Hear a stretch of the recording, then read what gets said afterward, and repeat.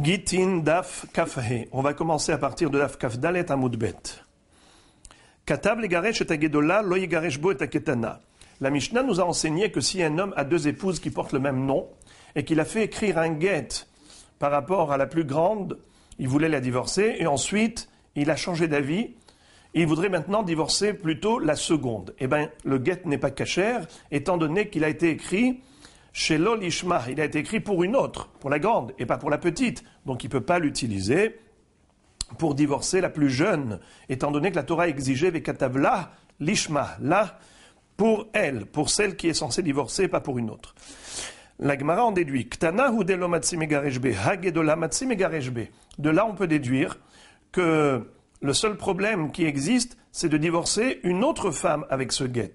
Mais si on veut divorcer la femme en question, celle pour laquelle le guet a été écrit,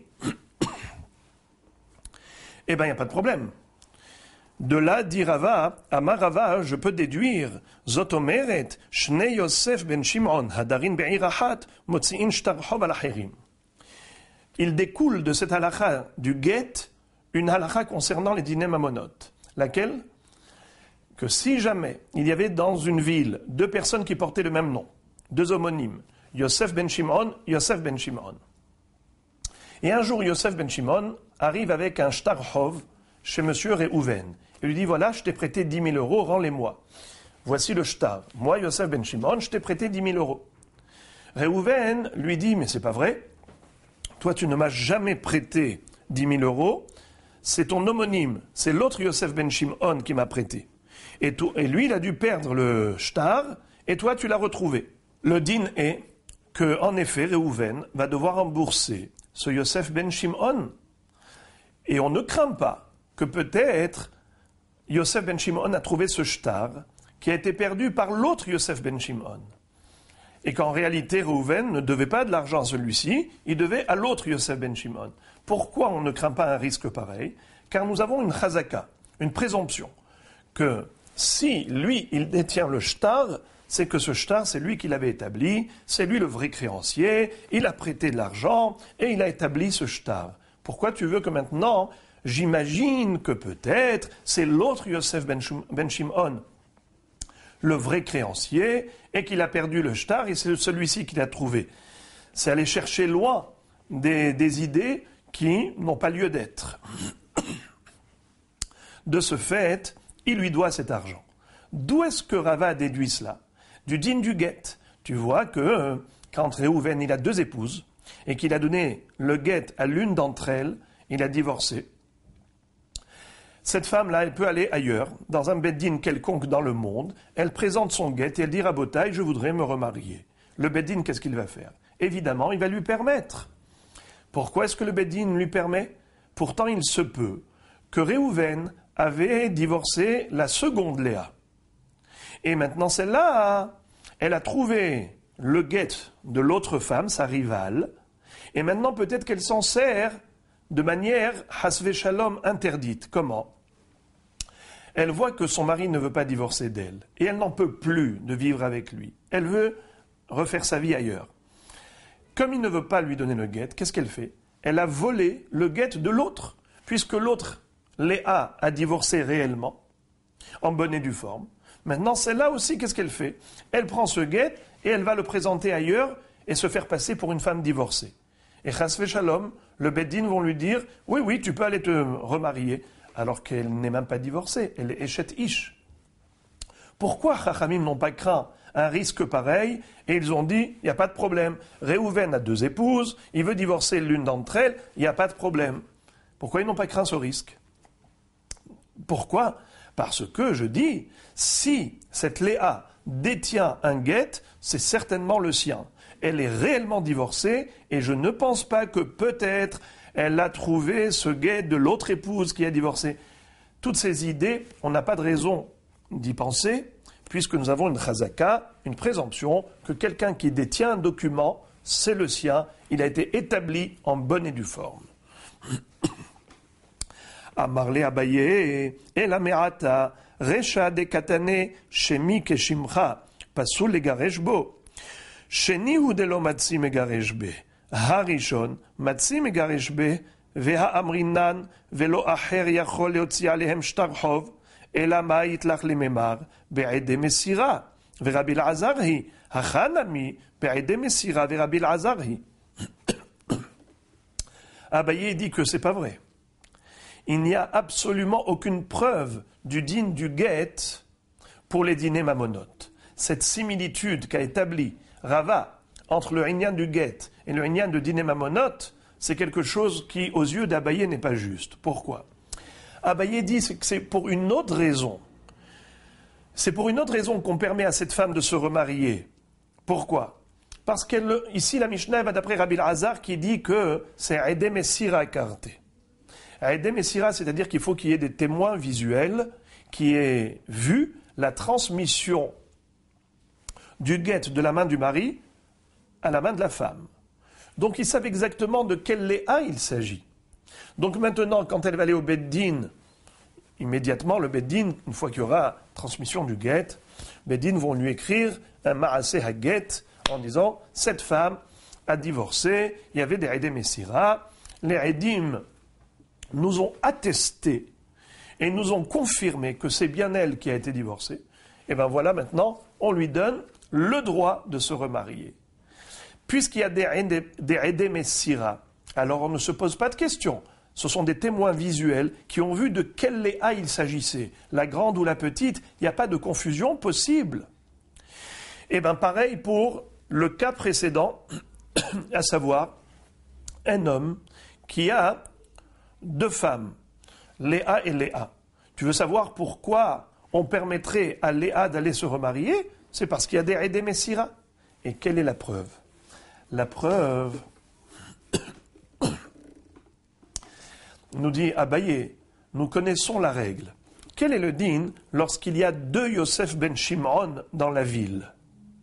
Est-ce qu'on a le droit de venir avec un shtar en disant « Yosef ben Shimon, tu me dois 10 000 euros ». Réhouven arrive avec un shtar où il est écrit « Moi, Réhouven, j'ai prêté à Yosef ben Shimon 10 000 euros ». Je viens chez Yosef ben Shimon A. Et il y a Yosef ben Shimon B. Je vais chez Yosef ben Shimon A. Je lui dis, rembourse-moi les 10 000 euros que je t'ai prêtés.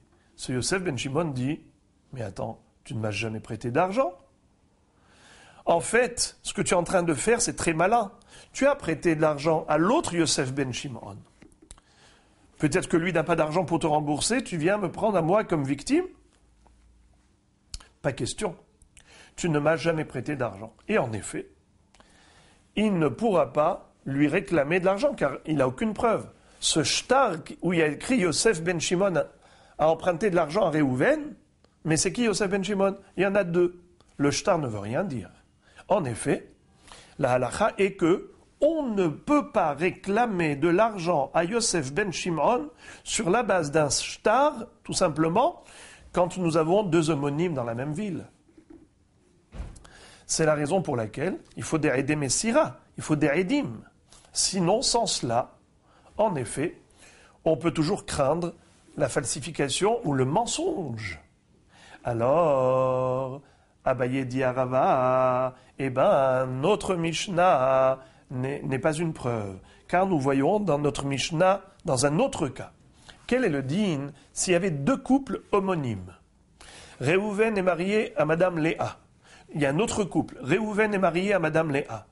Le premier couple était en dispute. Réhouven avait voulu divorcer. Il est parti chez le Sofer. Il a fait écrire un guet pour sa femme Léa. Ensuite, ils ont fait la paix. Le Sofer a mis ce guet dans le tiroir. Arrive un autre Réhouven, le mari d'une deuxième Léa, et il dit au Sofer, « Donne-moi ce guet, j'en ai besoin pour divorcer mon épouse. » Est-ce qu'on peut l'utiliser, ce guet? La Mishnah nous a dit que non. La Mishnah nous a dit qu'il n'est pas question. Tu vois donc qu'on ne peut pas utiliser le guet de Réhouven pour le deuxième couple. Par contre, le premier couple lui-même, Réhouven avec sa Léa, le premier couple qui a fait écrire, il peut divorcer. Comment se fait-il qu'ils peuvent divorcer? Pourtant, il y a lieu de penser que Réhouven du couple A mis ses yeux sur Léa du couple B. Il aurait peut-être Hasvé Shalom séduite. Il lui dit, écoute, prends ce guet. Moi, je l'ai fait écrire pour mon épouse Léa. Maintenant que je l'ai en main propre, vas-y, on va aller dans une autre ville et tu vas leur montrer que tu as divorcé. Tu vas montrer que tu as un guet, que Réhouven, ton mari, a divorcé de toi. En fait, c'est pas Réhouven, ton mari, qui te l'a donné, c'est moi qui ai réussi à te procurer ce faux. Tu vas faire usage de faux. Tu vas présenter ce guet et tu vas dire, voilà, j'ai divorcé de mon mari Réhouven. Voici un guet. Mais en fait, c'est qui lui a donné? C'est l'autre Réhouven. Pourquoi on ne craint pas cela? Normalement, on devrait craindre exactement comme nous craignons quand il y a deux Yosef ben Shimon dans une ville. La halakha est que personne ne peut venir réclamer de l'argent à un des deux Yosef, parce que le document n'est pas une preuve. Il faut des aidim visuels, car l'écrit ne veut rien dire. L'écrit, c'est un nom, Yosef ben Shimon, mais il y en a deux. Alors comment tu peux compter sur une femme quand il y a Réhouven et Léa et Réhouven et Léa? Comment tu peux compter sur la femme qui te dit, voilà, j'ai divorcé, alors qu'il se peut que ce guet, elle a reçu d'un autre mari, d'un autre homme, du deuxième Réhouven? Si nous ne craignons pas cela, c'est parce qu'il y a des Edim et Sira. C'est-à-dire qu'il y a des Edim visuels. S'il y a des Edim visuels, c'est pareil pour le cas précédent. Quand on a Réhouven avec deux femmes, Léa première, Léa 1, Léa 2. Quel est le din? On ne craint pas que cette Léa aurait volé le guet de l'autre Léa. Pourquoi? Non pas parce que nous considérons et nous présumons qu'une personne qui détient un guet, un shtar, c'est forcément le sien. Pas obligé que ce soit cela la raison. Il se peut que la raison soit tout simplement qu'il y a des Messira. Puisque Abaye a démontré que la Mishnah parle forcément d'un cas de divorce où il y a des Messira, parce que sinon, comment se fait-il que quand il y a deux couples dans la même ville qui portent le même nom, le couple A peut divorcer, ou le couple B peut divorcer. Mais peut-être que la femme du couple B a reçu le guet de monsieur Réhouven du couple A. Et peut-être que Chas Veshalom, ils ont eu entre eux une histoire, une aventure. On ne craint pas cela. Mashma dit Abaye que la raison pour laquelle on ne craint rien, c'est parce qu'on parle d'un cas où il y a Edem Messira. Alors il y a Edem Messira, il n'y a plus aucun doute, il n'y a plus aucun risque. La Gemara continue. Amar Rav, Kulan poslin bakehuna, chutz min harishon. La Gemara maintenant nous enseigne quelque chose de très très passionnant. C'est le Inyan du Reya Haget. La Torah dit que le Kohen n'a pas le droit d'épouser une divorcée. Mais il y a un grand chidouche à ce propos, c'est que même si le Kohen était déjà marié et qu'il a écrit à sa propre épouse un guet et donc qu'il a divorcé d'elle, c'est évident qu'il ne peut plus la récupérer parce qu'elle est Gerusha, mais même dans la mesure où il lui a donné un guet qui n'est pas cachère. Par exemple, il lui a écrit Hareat meguresh et mimeni avalat lo muteret lechol adam. Tu es divorcé de moi, mais tu n'es pas permise à quiconque d'autre. Il a voulu bloquer sa femme. Quel est le statut d'un tel guet? Ce guet, évidemment, n'est pas cachère. Un guet doit être un livre de rupture totale, sans aucune relation avec son ex-mari. Donc ce guet, c'est sûr qu'il n'est pas cachère. Et pourtant, un immense ridouche nous enseigne la Torah, c'est que cette femme-là n'aura plus la possibilité de rester avec son mari qui est Kohen. Étant donné que le Kohen lui a écrit un guet en disant « Areat meguresh et mimeni », bien que ce guet n'est pas cachère parce qu'il a rajouté une condition « Avalat lo muteret lechol adam », ce guet a ce qu'on appelle Reya Haget. Il a l'odeur du divorce. Ça suffit, cette odeur du divorce, pour que cette femme soit considérée comme étant Grusha pour le Kohen, et elle ne peut plus rester vivre avec son mari, monsieur Kohen. De quel passou qu'on apprend? Ve Isha Gerusha me Isha. Et une femme qui est divorcée de son mari ne peut pas se marier avec un Kohen. Mais c'est évident. Toute femme qui est divorcée, de qui elle est divorcée? De son mari. Pourquoi la Torah l'a précisé? Ve Isha Gerusha me Isha. pour dire que même si son mari, le monsieur Cohen, a divorcé d'elle, mais il ne l'a pas permise aux autres, elle est Gerusha que Isha, elle est divorcée que par rapport à son mari, mais elle n'est pas divorcée complètement au point d'être permise à tout le monde. Et tout de même, Loïkahu, elle est interdite au Cohen. À ce titre, nous dit Rav, qu'il existe d'autres guettes qui ont le Reyahaget. Des guettes qui sont pas saoules, et pourtant, si le Cohen a donné à sa femme un guet pas saoul, désormais il ne pourra plus vivre avec elle. Alors, Rav nous dit que de quoi il s'agit. Kulan poslin bakeuna. Tous les cas de figure de notre Mishnah, à l'exception du premier cas, Chutz min harishon, les trois derniers cas, qui sont des guettes pas saoules parce que c'était chez l'olishma, c'est considéré reyahaget. Et si la personne en question c'était un Cohen, il ne pourra plus rester avec sa femme. Il va devoir évidemment réécrire un deuxième guet parce que celui-ci n'était pas cachère. Il était chez l'olishma, mais tout de même il ne pourra pas rester avec elle, étant donné qu'il y a eu reyahaget, il lui a donné un guet chez l'olishma. Et pourquoi Chutz min harishon? Le premier cas n'est pas inclus là-dedans, puisque c'est pas seulement un problème de Shelo Lishma, c'était même pas l'Eshem Girushin, c'était juste un apprentissage, un exercice d'un sofer qui écrivait pour apprendre la sofroute. Ça c'est même pas un get, il n'y a même pas de reyahaget. Ou Shmuel Amar, Afrishon Nami Posel. Shmuel il est mahmir terriblement. Et il dit que même le premier cas de la Mishnah, qui est un get pasoul, pas seulement parce que c'est chez l'olishma, c'est même pas les Shem Girushin, c'est juste un entraînement d'un sofer qui est un apprenti. Et tout de même nous dit Shmuel que si le Kohen a donné un tel get à son épouse, désormais il ne pourra plus rester avec elle, puisque il y a là reyahaget. Et Shmuel, qui est tellement mahmir, en fait, il a déjà enseigné de par ailleurs une halakha similaire. Ve'azda Shmuel est amé. Shmuel est fidèle à sa propre opinion. De'amar Shmuel, kol makom sheshanu hachamim get pasoul ou posel. Shmuel, pour lui, dans tous les cas de figure où nous avons un get pasoul, si le Kohen a donné un get pareil à son épouse, posel, il ne pourra plus rester avec elle, sans exception.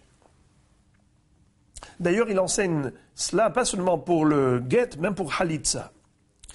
Halitza pesula ou poselta mina ahim. Qu'est-ce que c'est que halitza? Le déchaussement. Lorsque le yabam doit faire iboum avec sa belle-sœur, parce que son frère est mort sans laisser de progéniture, s'il ne veut pas faire cette mitzvah de prendre sa belle-sœur, quel est le din? Alors ils doivent procéder à la halitza. Ils vont au beddin et là-bas, la belle-sœur va le déchausser. Qu'est-ce qu'elle va dire au moment du déchaussement? Elle crache par terre devant lui, elle dit imaginons que la procédure de la halitza n'a pas été faite conformément à la halakha. La halitza n'était pas cachère. Figurez-vous qu'elle a quand même un reyah de halitza, les posla mina ahim. C'est-à-dire, nous connaissons la règle. Si jamais il y a eu halitza par l'un des frères, le monsieur est mort, l'un des frères devait faire iboum, et au lieu de faire iboum, il y en a eu un d'entre eux qui a fait halitza. Plus aucun d'entre eux ne pourra faire iboum. On ne peut plus regretter. Pourquoi? Parce que la Torah écrit Kara ya'ase la'ish asher lo'ivne et betahiv. Lo'ivne, c'est au futur, au lieu d'écrire lobana. Pour dire Kevan chez lobana, shuv lo'ivne. S'il n'y a pas eu de iboum, il y a eu à la place une halitza, alors on ne peut plus regretter. On ne peut plus faire iboum une fois qu'il y a eu halitza. Et pas seulement la personne qui a fait halitza, mais toute la fratrie. Tous les frères du Holetz n'ont plus le droit de faire iboum. Alors figurez-vous que cette disqualification pour le iboum, elle n'a pas lieu que s'il y a eu une bonne halitza, une halitza faite en bonne et due forme. Même si la halitza elle était psoula, nous dit Shmuel qu'une halitza psoula elle est suffisante pour disqualifier toute la fratrie du iboum désormais. Comme si c'était une bonne halitza. Mais c'est sûr qu'il va falloir refaire une bonne halitza. Bemar va amre, misheme de Rabbi Lazar, smol ve laila psulot ou poslot.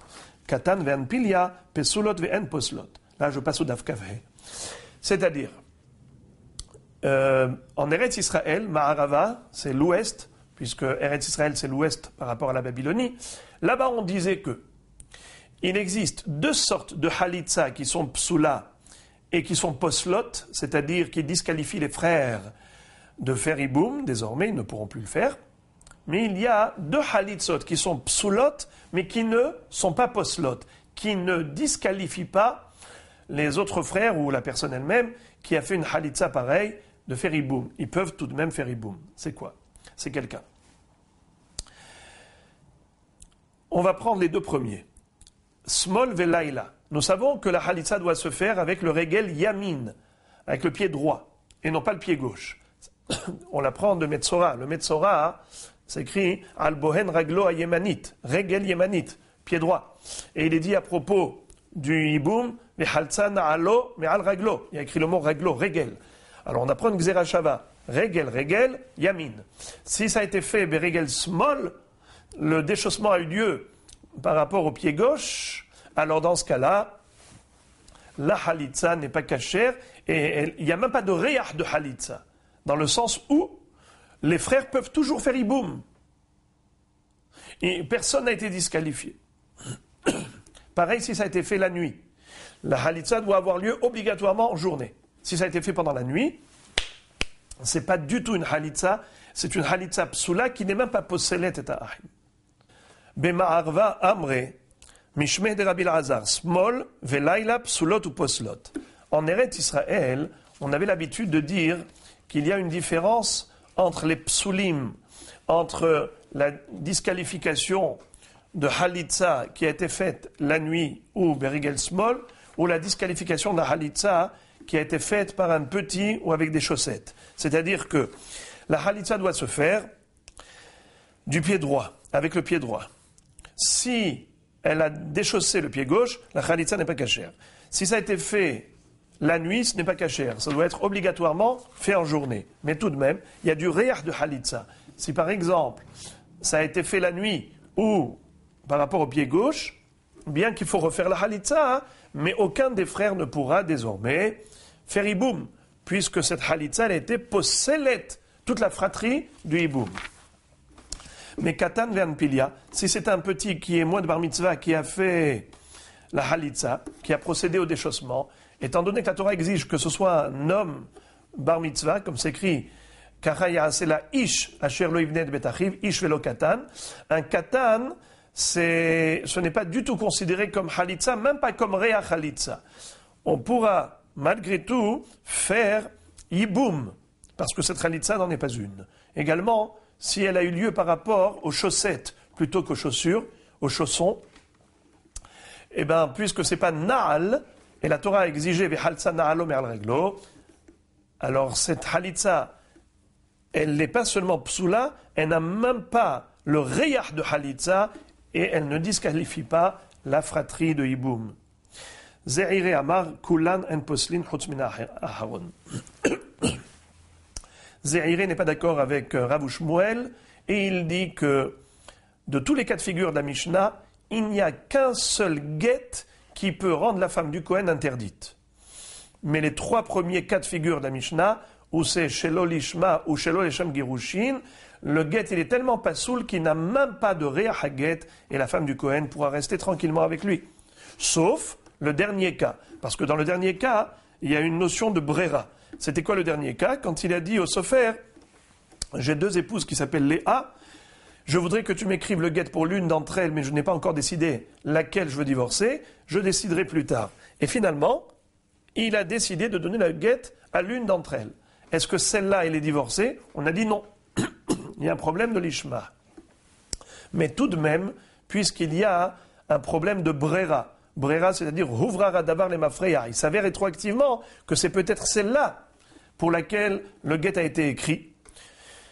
Alors, bien que finalement on est mahmir dans la Mishnah et qu'on dit que le guet est pas soul, mais nous dit Ze'ire, étant donné qu'il y a là une notion de brera, alors il y a du re'ah haget, et la femme du Kohen ne pourra pas rester avec lui s'il lui a donné à sa femme un guet pareil. C'est-à-dire, Kohen avait deux épouses, Léa et Léa, et il a dit au Sofer d'écrire pour l'une d'entre elles et après il a pris la décision de divorcer l'une d'entre elles, et bien ce get n'est pas cachère, mais malgré tout, il y a là un problème de Riyah HaGet.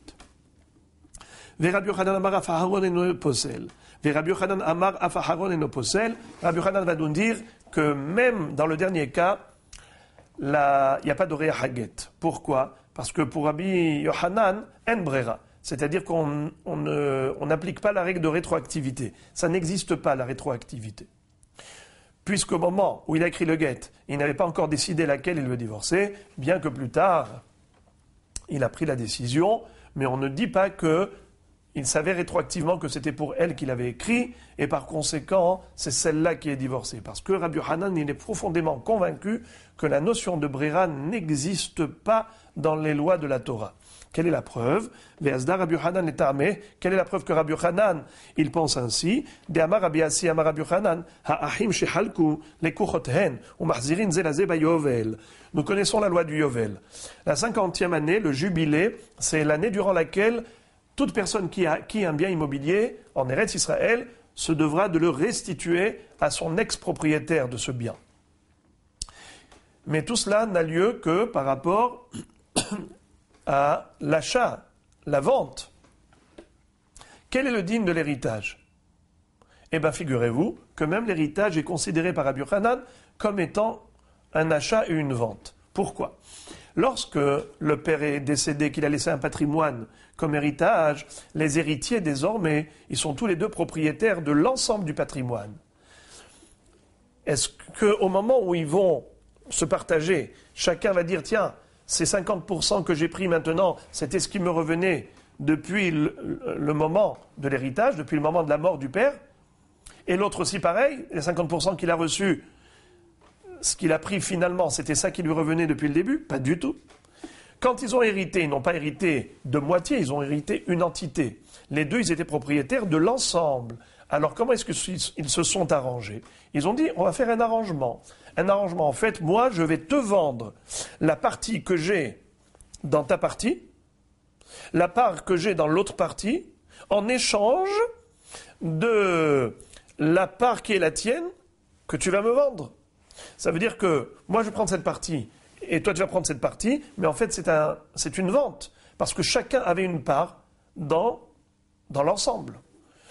Alors, c'est pour ça que Rabbi Yochanan va dire, figurez-vous, au moment du Yovel, on doit retourner à la case départ. C'est comme si on avait ici deux acheteurs. Quel est le din? Eh bien, il faut restituer au premier propriétaire les biens. Eh bien, les deux, ils sont en fait des ex-propriétaires de ce patrimoine hérité. Ils vont devoir recommencer le partage à nouveau après chaque Yovel. Et pourtant, on aurait pu dire qu'une fois qu'ils ont partagé l'héritage, ils savaient rétroactivement que chacun a reçu ce qui lui revenait de droit et qu'ils ne sont pas considérés comme étant des lekuhot, comme des acheteurs l'un de l'autre. Ils sont considérés comme étant yorshim. Depuis le début, chacun il a hérité cette partie et l'autre a hérité cette partie et zéro. Donc il n'y a pas de notion de restitution au Yovel. Eh bien, figurez-vous que Rabbi Yochanan dit en brera, c'est considéré comme si ils étaient réellement acheteurs l'un de l'autre. Et à aucun moment on ne pouvait dire qu'ils étaient héritiers d'emblée de cette partie ou de cette partie. Parce qu'on ne dit pas qu'après le partage, ils savaient rétroactivement que c'était cela qui leur revenait. Et la Gemara de dire Utsricha. Pourquoi Rabbi Yochanan avait besoin de nous enseigner le principe de En Brera aussi bien à propos du get du Kohen, en disant qu'il n'y a même pas de Riyah HaGet, même dans le 4e cas de la Mishnah, et également nous enseigner ça à propos du Yovel, disant que Ahim shehalku lekuchothen vechozrim bayovel. Pourquoi il a enseigné deux fois le même principe? La Gemara dit Tzricha, il le fallait. Ce n'est pas une redondance parce que sinon on n'aurait pas pu déduire une halakha de l'autre. Pourquoi? Deit marbeha beha ka'amar Rabbi Yochanan den brera mishum de ba'inan lah lishma aval hatam mecherhu de amar Rahmana lihdar bayovel aval yerusha matana lo. Si Rabbi Yochanan nous avait enseigné le din de En Brera uniquement par rapport au get de M. Cohen, en disant que Madame Cohen peut rester avec son mari, parce que ce guet, il a un problème de lishma, et on dit en brera. On ne dit pas que rétroactivement, il s'avère que le sofer avait écrit le guet pour cette femme, quand il lui a dit « je veux divorcer, je verrai laquelle je vais divorcer plus tard ». On ne dit pas rétroactivement, il s'avère que c'est pour elle qu'il a écrit le guet. Au point où il n'y a même pas de réach à guet. S'il avait dit ça que par rapport au guet, j'aurais pas su que la halakha de en brera est applicable au yovel. Pourquoi? Parce que j'aurais dit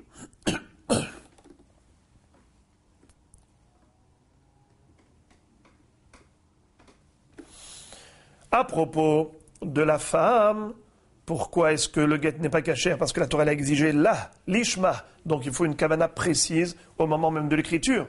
Tandis que le yovel, mecher amarahmana, c'est uniquement par rapport à un achat et vente, une vraie vente. Or ici c'est un héritage partagé. J'aurais pu penser que on ne dirait pas qu'au yovel, il faut remettre l'héritage dans la corbeille commune et recommencer le partage. Parce que j'aurais dit, mais quel rapport le yovel avec la Yerusha? La Yerusha, c'est pas un achat et vente. C'est pour ça qu'il avait besoin de me dire que la Yerusha, c'est considéré comme une vente. Et par conséquent, la notion du yovel existe même pour l'héritage.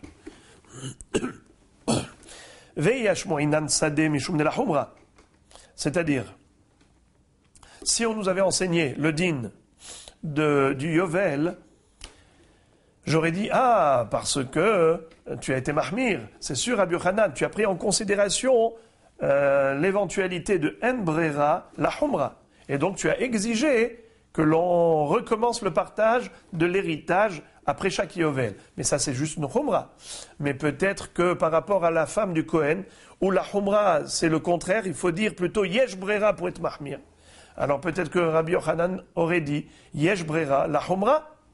C'est ça le chidouche. Kamash Marlan que non. Rabbi Yochanan, il est convaincu et il est certain de cette halakha qui consiste à dire en brera, ben la humra, ben la kula. Inami katehila, aval hacha, imalo tzricha. Également, j'aurais pu penser que pourquoi au niveau de partage de l'héritage, Rabbi Yochanan dit qu'il faut recommencer le partage après chaque yovel. Pourquoi? Parce que la Torah veut qu'après chaque yovel, katehila, il faut qu'on revienne à la case départ. Au moment de l'héritage, c'était quoi? C'était une seule entité. Il n'y avait pas deux moitiés. Donc au moment du yovel, il faut revenir à la case départ. C'est une exigence spéciale par rapport au yovel. Mais ce n'est pas en rapport avec yesh brera ou en brera. C'est tout simplement, tous les biens immobiliers doivent être considérés après le yovel comme étant à l'état initial avant le yovel. C'est pour cela que Rabbi Yochanan vient et nous dit non. Pourquoi je dis que au yovel il faut tout recommencer? C'est parce que en brera. Et en brera pas seulement par rapport au yovel, mais même par rapport au Kohen, le Kohen qui aurait donné à sa femme un guet, qu'il a fait écrire misafek par le sofer en lui disant « j'ai un doute pour l'instant, je ne sais pas à qui je vais divorcer, je prendrai la décision plus tard ».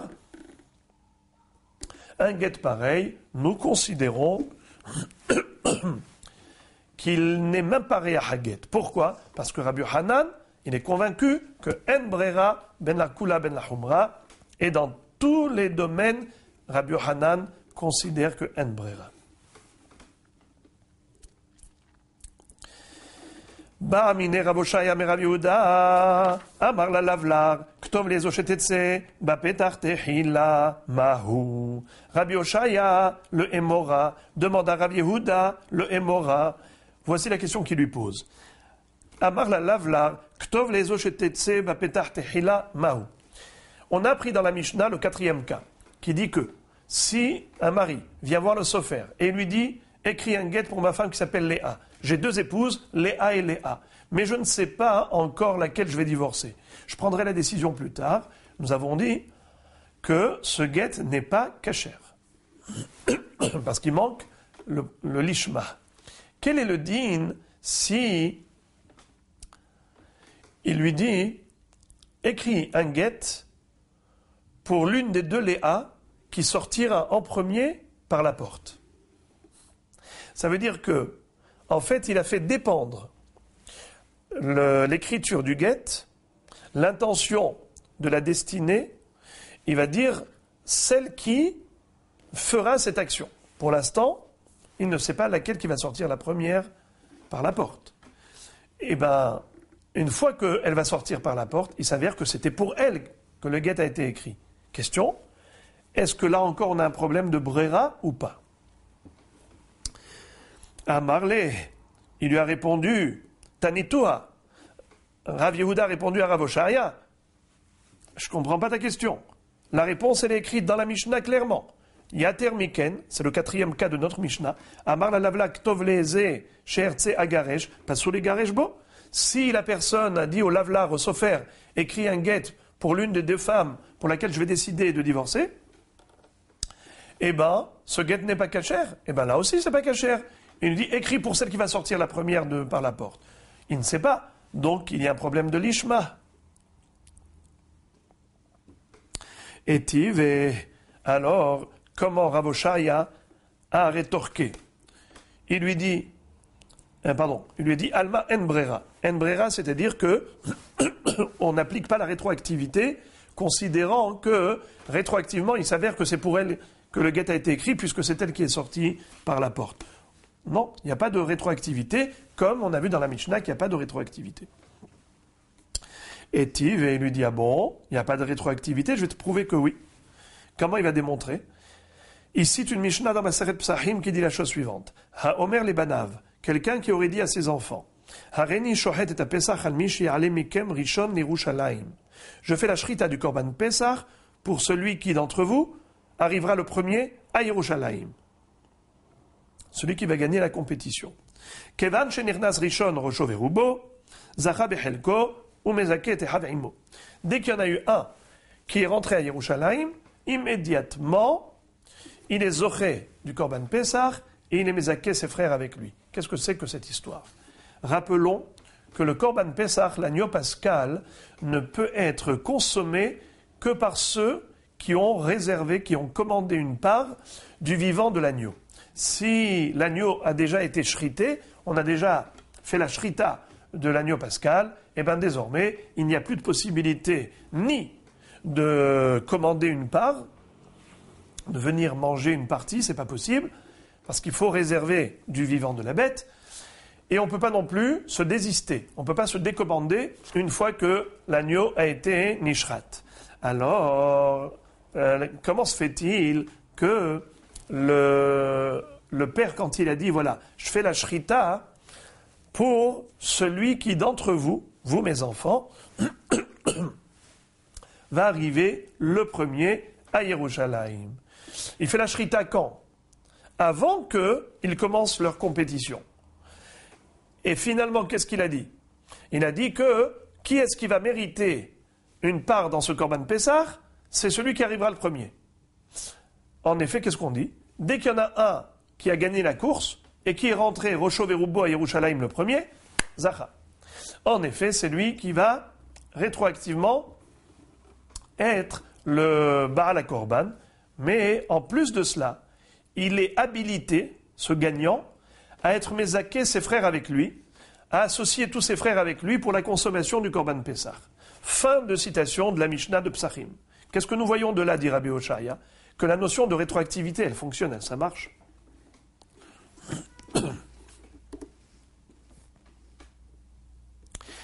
À Marley, Rav Yehuda, comment va-t-il répondre? Il va lui dire, ça, c'est pas une objection. Osharia Beri, mon fils Osharia, ça, ce n'est pas une question. Ma'inyan Psachim et Tzel Gitin. Comment tu compares Psachim avec Gitin? Haïtmar ala, Amar Rabbi Yochanan, Kedelzarzan b'mitzvot. Tu ne sais pas que Rabbi Yochanan a expliqué cette Mishnah de Psachim ainsi, qu'en réalité, ce n'était pas une vraie réservation au profit de celui qui va gagner la course. Pas du tout.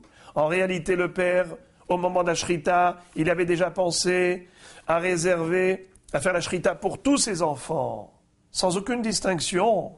Seulement, il a voulu les stimuler pour qu'ils s'empressent de faire la mitzvah et de courir à Yerushalayim. Alors, pour les motiver, les stimuler, il leur a mis ce défi à relever, en disant, je fais la shrita pour qui? Pour celui qui arrivera le premier à Yerushalayim. Allez-y, faites la course. C'était les Arzan be mitzvot, pour les stimuler à s'empresser à faire la mitzvah. Mais il n'y a pas vraiment de notion de rétroactivité. La preuve, Daikanami, des Katane, la preuve, c'est que la Mishnah, qu'est-ce qu'elle dit? Dès que le premier est arrivé, alors non seulement lui, il a gagné et il a une part dans ce Korban Pessah, mais il associe tous ses frères avec lui. Question, si tu me dis que Béhémet le père, il avait pensé à quitter tous ses enfants et de faire la shrita au nom de tous, alors je peux comprendre comment les autres peuvent être associés aux frères gagnants. Et là, il y a mais si tu me dis que le père n'avait pas pensé à réserver une part à tous les enfants, alors dans ce cas-là, comment se fait-il que quand le gagnant il arrive, alors il est mézaké ses frères avec lui, alors il associe tous ses frères avec lui, mais comment il peut les associer? C'est pas possible. Pourquoi ce n'est pas possible? Après la shrita, on ne peut plus rien faire. La hak shrita mika mitmanu ve'atnan nimninu moshrin yedehen mimenu hachi shahet. Nous avons une halakha. La halakha est la suivante. Tant que l'agneau est vivant, on peut commander, on peut se désister. Mais une fois que la shrita est faite, ça y est, tout est entériné, que ce soit les commandes ou les désistements.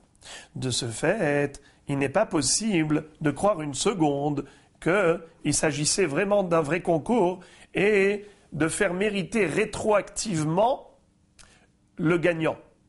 En disant, celui qui va arriver le premier, c'est pour lui que j'ai fait la shrita. Et donc, qu'est-ce qu'il a voulu prouver à Rav Oshaya? Qu'il y avait une notion de rétroactivité. C'est pas vrai. La preuve que ce n'est pas vrai, la preuve c'est que les autres aussi sont associés au Korban Pessah. Comment les autres ils sont associés? Une fois qu'il y a eu shrita, on ne peut plus associer quiconque. Et la vadaï, que le père, quand il avait fait la shrita, il a fait au nom de tous. Il avait réservé une part pour tous ses enfants. Simplement, pour les stimuler, il leur a mis donc ce challenge à relever. Mais en aucun cas, il s'agit ici de brera. Donc il n'y a aucune preuve. Pour confirmer cela, la Gemara cite une baraïta. Tanya Namehachi. La baraïta raconte qu'une fois, il y a eu une histoire. Maase vekadmu banot labanim venimtseu banot zrizot ou banim shfelim. Il était une fois un père qui avait donc stimulé ses enfants en leur disant « Allez-y, faites la course ». Il y avait ses fils et ses filles. Qui a gagné la course? Les filles. Eh bien, finalement, les garçons se sont retrouvés dans la honte et les filles étaient gagnantes. Alors, qu'est-ce qui est écrit? Banot zrizot ou banim shfelim. Les filles, elles ont été valorisées parce qu'elles ont montré un empressement pour la mitzvah, et les garçons étaient humiliés. Rachidi, velo katane venimtseu banot zochot bapesach ou banim lozachu. On n'a pas dit que puisque les filles ont gagné, alors c'est elles qui avaient une part dans le Korban Pessah, et les garçons n'avaient pas une part parce que après comment on appelle ça, puisqu'elles n'ont pas gagné, alors ils n'ont pas eu une part. Pas du tout. Le père, il avait déjà, avant la shrita, commandé une part de viande pour tous ses enfants. Fils et filles, garçons et filles. Seulement, c'était une honte. Banim shfelim, qu'ils ont été gagnés par les filles. Ça, c'était une honte, c'était une preuve de manque d'empressement pour la mitzvah de la part des garçons. Donc on n'a aucune preuve ici de notion de brera, de rétroactivité. Amar Abaye. Abaye maintenant, par rapport à tout ce débat qui a eu lieu, cette conversation qui a eu lieu entre Rav Yehuda et Rav Oshaya, Abaye va dire, j'ai un gros problème. J'ai l'impression que c'est un dialogue de sourds. Chacun parle d'autre chose ici. Comment? Amar Abaye, kabarimine tolebedat ahirim, vekapashitle tolebedat atzmo. Je ne comprends pas. On a parlé, Rabbi Oshaya, qu'est-ce qu'il a demandé à Rav Yehuda?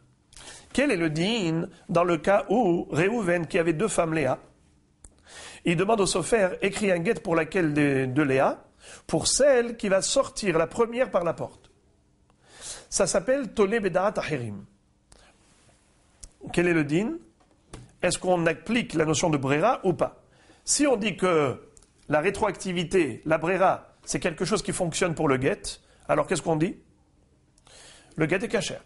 Si on dit que la notion de brera, de rétroactivité, ne fonctionne pas pour le guet, alors le guet n'est pas cachère.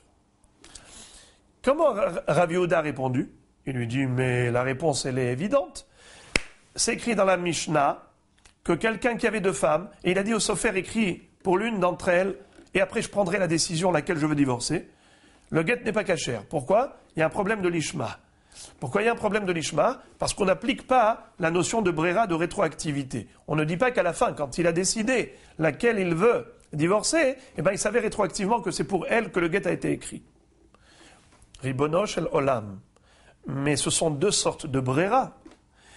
On ne peut pas comparer les deux. Car la Mishnah elle parle de brera dans Tolé Bedaat Atzmo. Et Rav Oshaya, quand il a posé la question, il parle de brera dans Tolé Bedaat Acherim. On s'explique. Brera, Tolé Bedaat Atzmo, ça veut dire quoi? Le mari, qu'est-ce qu'il est en train de dire? Écris un guet, je prendrai plus tard la décision laquelle je veux divorcer. Lui maintenant, s'il voulait, ce monsieur-là, lui-même, il ne sait pas laquelle il veut divorcer. À l'heure qu'il est, il ne sait même pas laquelle il veut divorcer. Donc là, je peux comprendre qu'on ne dit pas Yesh Brera. Qu'est-ce que tu vas dire? Uvrar adavar le mafreya, shebishvil le ahagdola nirtabaget. Tu vas dire, une fois qu'il va prendre la décision qu'il veut divorcer la grande Léa, alors il savait rétroactivement que c'est pour elle que le guet a été écrit. C'est sûr qu'on ne peut pas dire une chose pareille. Pourquoi? Parce que lui-même, au moment d'écriture, il ne savait pas laquelle il veut divorcer. Donc là, je peux comprendre que en brera. Mais dans le cas de Tolé Bedaat Acherim, quelqu'un qui est sûr au moment de l'écriture qui veut divorcer celle qui va sortir par la porte. Là, il y a beaucoup moins de problèmes. C'est-à-dire que par rapport à lui-même, il est clair. Par rapport à lui-même, il est convaincu qu'il veut divorcer celle qui va sortir, la première, par le pétah. Alors, de ce fait, il y a lieu de penser que Yesh Brera, qu'une fois que celle-là va sortir par la porte en premier, eh ben, nous avons maintenant la certitude que c'est pour elle que le guet a été écrit. Donc il se peut que la notion de Brera s'applique dans ce cas. Comment Rav Yehuda a répondu à Rav Oshaya en lui disant « Non, en Brera ». Quelle est la preuve? La preuve, c'est que la Mishnah nous a dit en Brera. Mais le en Brera de la Mishnah, c'est Tolé Bedaat Atzmo. Alors que la notion de Brera dont parle Rav Oshaya, c'est Tolé Bedaat Acherim. Donc il n'y a aucune commune mesure. Et encore, Vehadar motivle Tolé Bedaat Acherim. Et après, encore une fois, après la réplique de Rav Yehuda, Rav Oshaya à nouveau, il lui cite une Mishnah dans Maseret Psachim. Il dit, oh, tu vois dans Maseret Psachim qu'on voit une notion de Brera.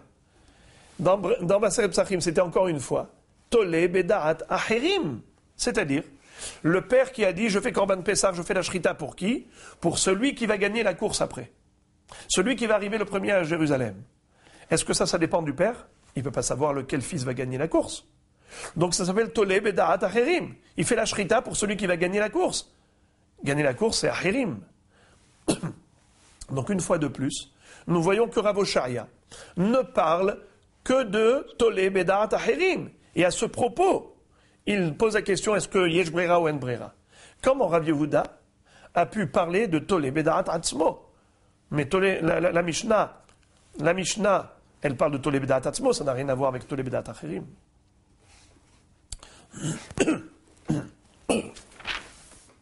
Amar Rava. Rava va répondre à cette objection de Abaye ainsi. Il va lui dire, Maïkouchia, c'est quoi ton objection? Dilma, peut-être, Man de itle brera, loshna Tolé Bedaat Atzmo, ve loshna Tolé Bedaat Acherim, itle brera. Qui te dit qu'il faut établir une distinction, un distinguo entre Tole Bedat Atzmo et Tole Bedat Acherim? Il n'y a aucune différence. Celui qui pense que Yesh Brera, eh bien il pense Yesh Brera dans tous les cas de figure. Dans Tole Bedat Atzmo ou Tole Bedat Acherim. Ou man de l'Etole Brera est celui qui n'accepte pas le concept de Brera, celui qui considère qu'on ne peut pas faire fonctionner la notion de rétroactivité dans les halachot. Loshna betole bedat atzmo veloshna tole bedat acherim. Peu importe si sa condition elle était par rapport à dat atzmo, à ce qu'il va décider plus tard, ou bien ce que sa condition était par rapport à dat acherim. Comme par exemple, on verra qui est-ce qui va sortir en premier, on verra qui est l'enfant qui va arriver le premier à Yerushalayim. Ça change absolument rien, que ce soit Tole Bedat Atzmo ou Tole Bedat Acherim. Faire dépendre de Dat Atzmo ou Dat Acherim, au niveau de Brera, il n'y a pas de différence. Celui qui dit Yesh Brera dans tous les cas de figure, celui qui dit En Brera dans tous les cas de figure.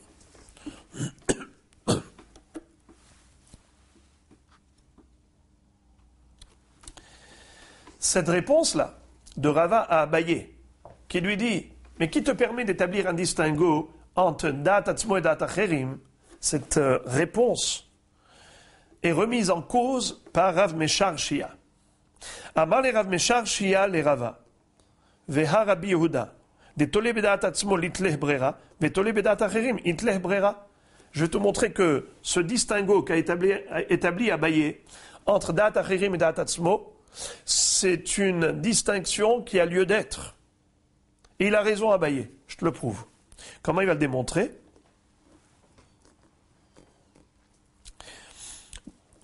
Deha Rabbi Yehuda, Tole Bedat Atzmo litleh brera, ve Tole Bedat Acherim itleh brera. Rabbi Yehuda, nous le verrons dans la braïta suivante. Detanya, halokeach yain, mi ben akutim, Omer, shne lugim shani atid leafrish, harehen teruma, asara maaser rishon, tisha maaser sheni, umechel veshote miyad. Quel est le din si quelqu'un a un tonneau de vin, de raisins qui ont été cueillis en Eretz Israël? En Eretz Israël, les fruits ont une kedusha. Il faut prélever la teruma, le maaser rishon et maaser sheni. La teruma est donnée au Kohen, maaser rishon au Lévi, et la deuxième dîme, ce sont des fruits qui ont une kedusha que l'on doit consommer à Yerushalayim. Cette halakha de maaser concerne également le vin. Maasar deganecha tiroshecha vitzaharecha. Le tirosh, c'est le vin. Quelqu'un qui a du vin d'Eretz Israël, évidemment, il doit effectuer ces 3 prélèvements. Sans cela, il n'a pas le droit de boire le vin puisqu'il est tevel. Tevel, c'est-à-dire un aliment qui est interdit à la consommation. C'est d'ailleurs la contraction de 2 mots. Tavlo, tevel. Quel est le din si cette personne qui a un tonneau de vin se trouve très embarrassée, très embêtée? Pourquoi? Elle veut effectuer les prélèvements, mais n'a pas de petits ustensiles pour transvaser la terouma, pour transvaser le maaser rishon et maaser sheni. Il n'a pas de petit kelim. Il n'a que le tonneau qui est devant lui. Qu'est-ce qu'il va faire? Alors, cette personne, elle peut faire la chose suivante. Cette proposition, c'est celle de Rabbi Meir. On verra que d'autres Tanaïm ne sont pas d'accord avec lui. Rabbi Meir dit comme ça. Cet homme, qu'il dise la chose suivante. Shnei lugim shani atid leafrish, iyu teruma gedola. C'est-à-dire, dans ce tonneau, il y a par exemple une quantité de 100 lugim, 100 logs. Il va dire 2 logs. Log, c'est une quantité de liquide qui équivaut 6 betsim. Dans un log, on a le volume de 6 œufs. Alors il y a dans ce tonneau 100 logim. Alors il peut dire comme ça. Plus tard, je vais prélever 2 logim en tant que terouma. Plus tard, je vais prélever 10 logim en tant que maaser rishon pour le Lévi. Plus tard, je vais prélever 9 logim en tant que maaser sheni. Parce qu'une fois qu'on a prélevé la terouma et maaser rishon, il nous reste plus que 90% à peu près La Gemara, la Mishnah arrondit pour ne pas être compliqué. Alors, 2 logim, Trouma Gdola au Kohen. 10 logim, Maaser Rishon au Lévi. 9 logim, Maaser Sheni, qui est donné à qui?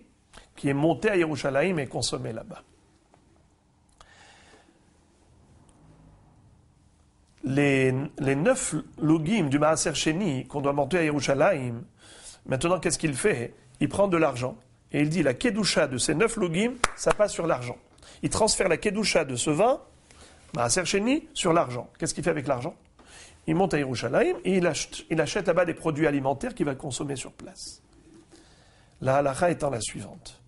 Cet homme, selon Rabbi Meir, peut immédiatement boire. Il boit. Et après, il laisse cette quantité qu'il a destinée, réservée au prélèvement. Et qu'est-ce qu'il fera après? 2 logim, il donnera au Kohen, 10 logim au Lévi, et les 9 logim, il pouvait les boire puisqu'il a déjà transféré la kedusha sur de l'argent. Donc il peut boire. Ça, c'est considéré comme étant un prélèvement a posteriori qui s'avère être rétroactivement un bon prélèvement depuis le début. On s'explique. Comment ce bonhomme, tu lui permets de boire immédiatement le vin?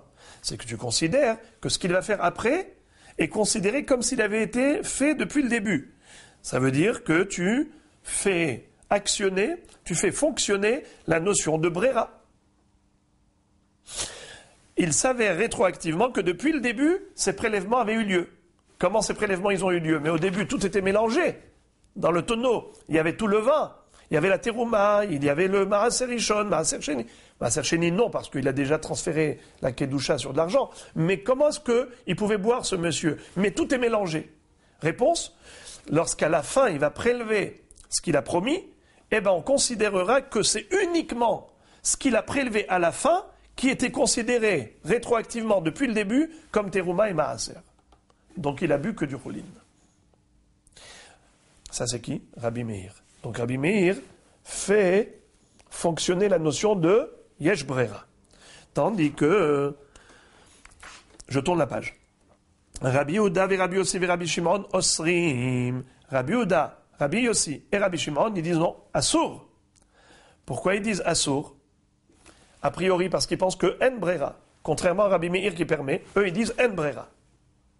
Donc tu vois que Rabbi Yehuda, lui, qui fait partie des 3 rabbanim, il dit que en brera, assour. Ça s'appelle Tolé Bedaat Atzmo. Pourquoi ça s'appelle Tolé Bedaat Atzmo? Parce que ce monsieur-là, qu'est-ce qu'il a dit?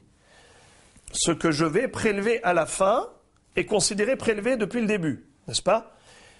Et c'est qui va à la fin prélever? C'est lui. Maintenant, il ne sait pas qu'est-ce qu'il va prélever, parce que maintenant tout est mélangé. Mais plus tard, quand il va prélever, il s'avère rétroactivement que depuis le début, c'était cette partie qui avait été considérée Trouma et Maaser. Donc comment il s'appelait au début? Tolé, Bedaat, Atzmo. Et finalement, quand il va prélever, on va appliquer la notion de brera d'après Rabbi Meir. Et là, Rabbi Yehuda dit non, Tolé, Bedaat, Atzmo, en brera. Et pourtant, ce même Rabbi Yehuda va dire que Tolé, Bedaat, Acherim, yesh brera. Où est-ce que nous voyons qu'il a dit ça? Tolé, Bedaat, Acherim, itleh brera. Ditnan, mahi beotam hayamim, Rabbi Yehuda omer, harei keshet ish lechol dvareha, ulchimait havegita. Rabbi Yehuda nous enseigne une halakha. Quel est le din si un homme dit à sa femme, lorsque cet homme se trouve alité, il est malade et il craint de mourir par cette maladie, et il voudrait libérer sa femme du hiboum. Alors pour ne pas qu'elle se retrouve veuve, et avec la nécessité de faire hiboum, il veut lui donner un guet, comme ça, il la rend divorcée avant sa mort, et elle ne sera pas considérée comme étant veuve après sa mort, il n'y aura pas de hiboum à faire. Il lui écrit un guet, mais il ne veut pas la divorcer maintenant, il ne veut pas divorcer d'elle maintenant, puisque il se peut qu'il guérisse, et il veut bien continuer à vivre avec sa femme. Alors, qu'est-ce qu'il fait? Il peut lui dire, regarde, je t'écris un guet, et que ce guet-là, il n'aura effet de divorce, il n'aura un impact pour divorcer qu'une minute avant sa mort, s'il meurt. Alors dans ce cas-là, quand il agit ainsi, nous considérons qu'en effet, si jamais il meurt, eh bien cette femme est considérée divorcée. Mais qu'est-ce qu'elle est pendant tout ce temps-là? Elle est considérée comme étant mariée complètement. Mahibot Amayamim, elle peut manger de la terouma si lui il était Kohen. Et si Hasve Shalom elle le trompe et qu'elle va avec un autre homme pendant cette période, eh bien quel est le din? Le din est que quoi? Qu'elle est considérée Eshet Ish, Hayevet Henek. Nachon? Ça s'appelle un adultère qu'elle a commis. Mais malgré tout, si jamais il meurt, elle sera considérée comme étant divorcée. Pourquoi? Parce que rétroactivement, une minute avant sa mort, le guet a pris effet. Puisqu'il lui a dit que s'il meurt, que ce guet soit valable. Il ne voulait pas qu'elle soit veuve, pour pas qu'elle fasse hiboum. Il voulait qu'elle soit divorcée, pour être débarrassée de son frère. Alors, tu vois que Rabbi Yehuda va dire, le guet agit rétroactivement. Parce que quand est-ce que la condition a été remplie? C'est lorsqu'il est mort. Et lorsqu'il est mort, on ne peut plus donner de guet à ce moment-là. Le guet ne peut pas avoir lieu après la mort. Donc forcément, si elle est considérée divorcée, c'est que par la notion de rétroactivité. Donc nous voyons que Yesh Brera. Pour Rabbi Yehuda, Yesh Brera. Et ici, ça s'appelle comment? Tole Bedaat Aherim. Parce que Rabbi Yehuda, pour pas qu'il se contredise, dans le cas précédent, à propos du vin, il a dit En Brera. Et ici, il dit Yesh Brera. Quoi, il se contredit? Forcément, pour pas qu'il se contredise, qu'est-ce qu'il faut dire?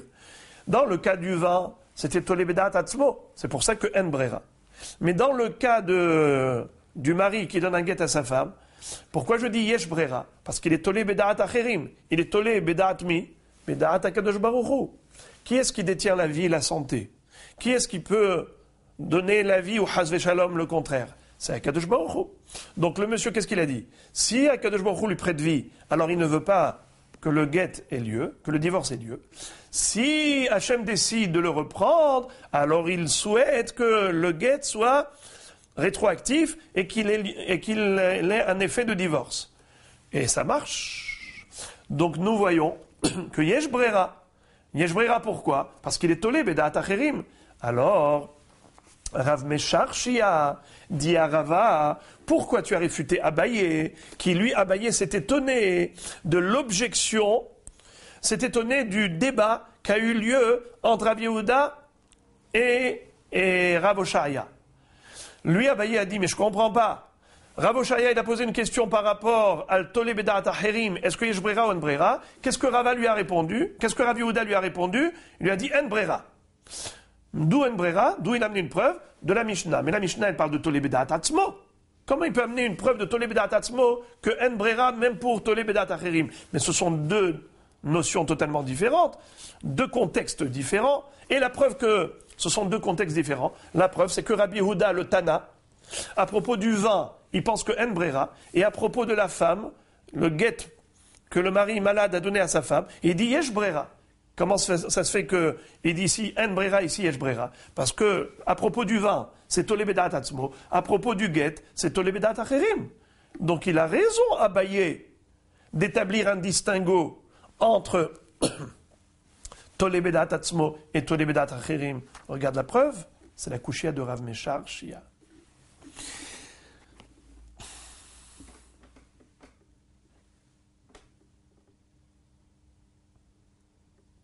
Pardon, ça c'était la Kushia, excusez-moi.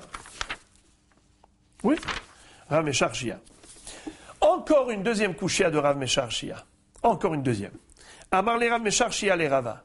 Ha Rabbi Shimon. De Tole Bedaat Atzmo. Litlech Brera. Ve Tole Bedaat Acherim. Itlech Brera. Deuxième preuve. La première preuve c'était qui? Rabbi Yehuda. Rabbi Yehuda, il se contredit. Une fois il dit Yesh Brera, En Brera. C'est quoi la réponse? Ici, on parle de Tole Bedaat Atzmo, ici, on parle de Tole Bedaat Acherim. Encore une deuxième démonstration qu'il y a lieu d'établir un distinguo entre Tole Bedaat Atzmo et Tole Bedaat Acherim. C'est quoi la preuve? Rabbi Shimon. Rabbi Shimon. Rabbi Shimon est tole bedat atzmo litle brera. Ve tole bedat acherim itle brera. Tole bedat atzmo litle brera hade amran. Quelle est la preuve que Rabbi Shimon n'admet pas le concept de brera lorsqu'on est tole bedat atzmo? La preuve, hade amran, ce qu'on a dit. C'est quoi? Qu'est-ce qu'on a dit? À propos du vin, le tonneau de vin. Il y avait 3 rabbanim, Rabbi Yehuda, Rabbi Shimon et Rabbi Yossi. Les 3 disaient que, assour, on n'a pas le droit de prélever de manière rétroactive. Les prélèvements rétroactifs ne fonctionnent pas. Le vin, il est interdit. Donc tu vois que Rabbi Shimon, il pense que en brera a filou betole bedat atzmo. Pardon, davka betole bedat atzmo. Et pourtant, dans tole bedat acherim, il dit yesh brera.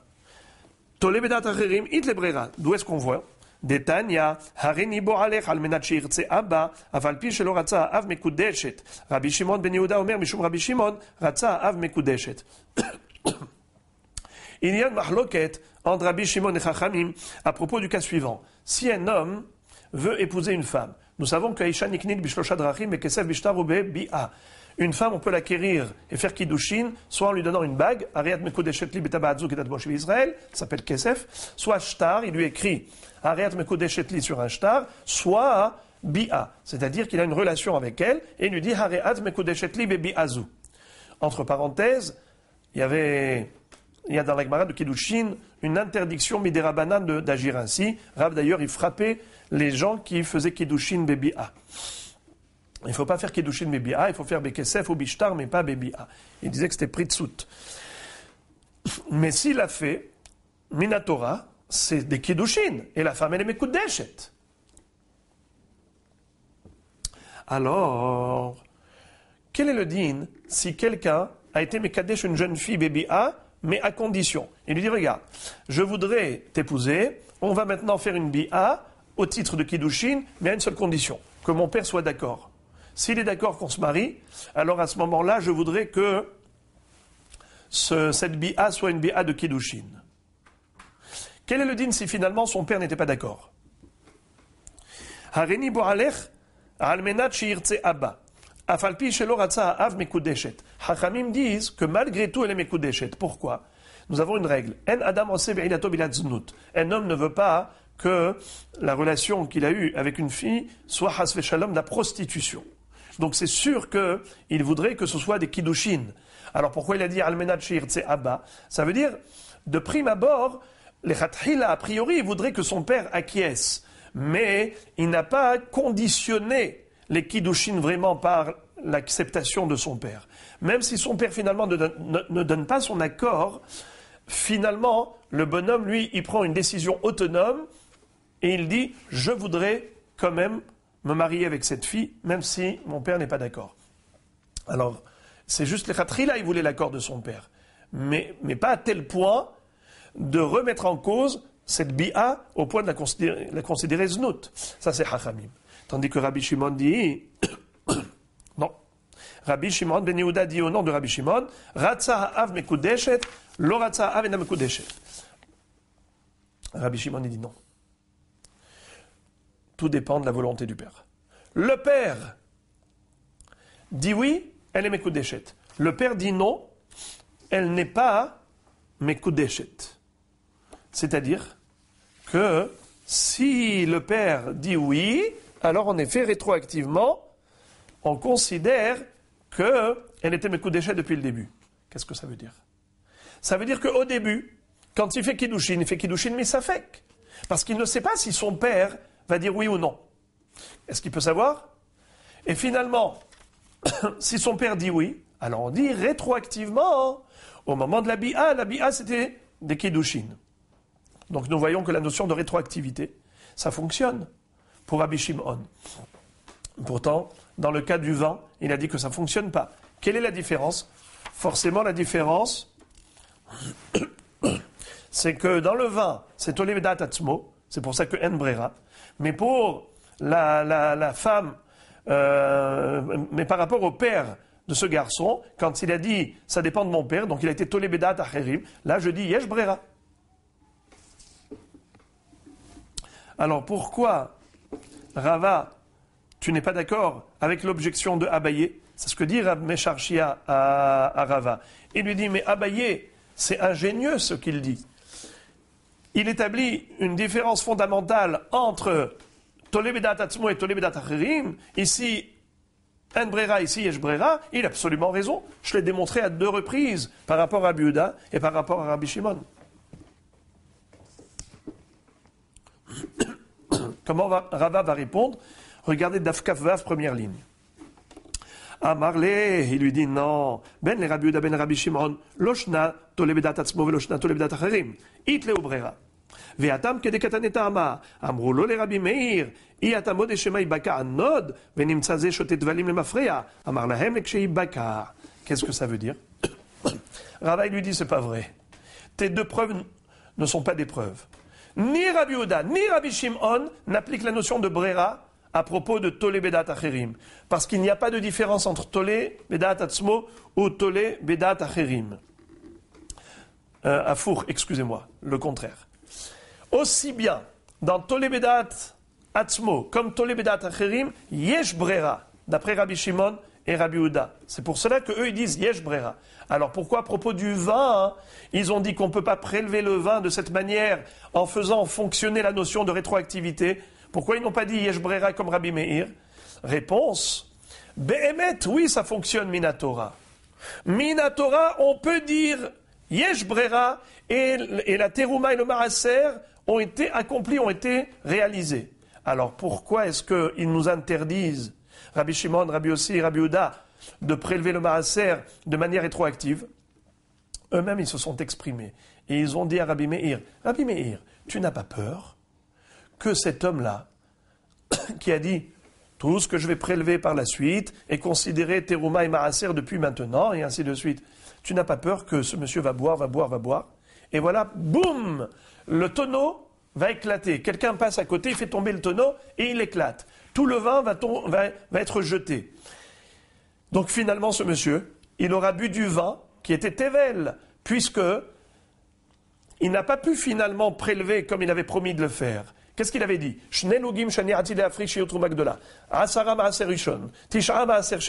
Attends, mais finalement, il n'a pu faire ni Trouma, ni Maaser Rishon, rien du tout, puisque le tonneau a éclaté, le vin a coulé, et il n'a pas pu prélever comme il avait promis de le faire. Donc il savait rétroactivement que ce monsieur a bu du Tevel, Shoté Tevalim.